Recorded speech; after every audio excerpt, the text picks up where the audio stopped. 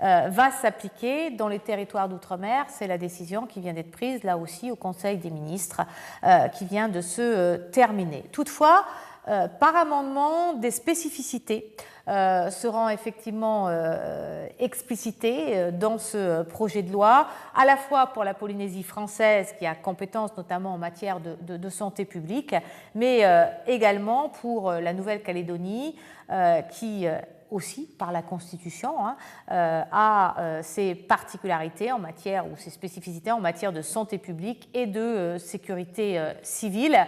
Ce sera 2 territoires qui seront traités par amendement jeudi ou vendredi à l'Assemblée nationale et au Sénat. Je veux m'adresser aux ultramarins qui ne vivent pas dans les territoires d'outre-mer, qui vivent dans l'Hexagone, en Europe ou ailleurs, et qui voudraient, parce que le contexte est particulier, rentrer dans les territoires d'outre-mer. Je leur demande de ne pas le faire.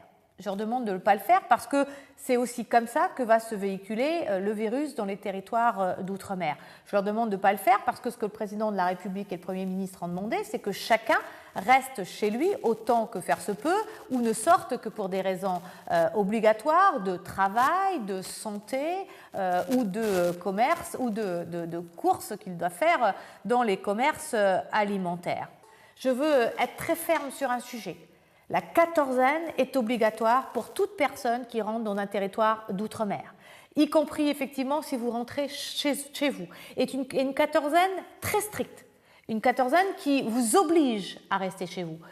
Et pour aucune raison ne sortir effectivement de votre domicile, bien entendu. Et je crois que c'est important pour vous comme ceux qui vivent sous le même toit. Suivez l'info sur Guyana Première, télé, radio et Internet.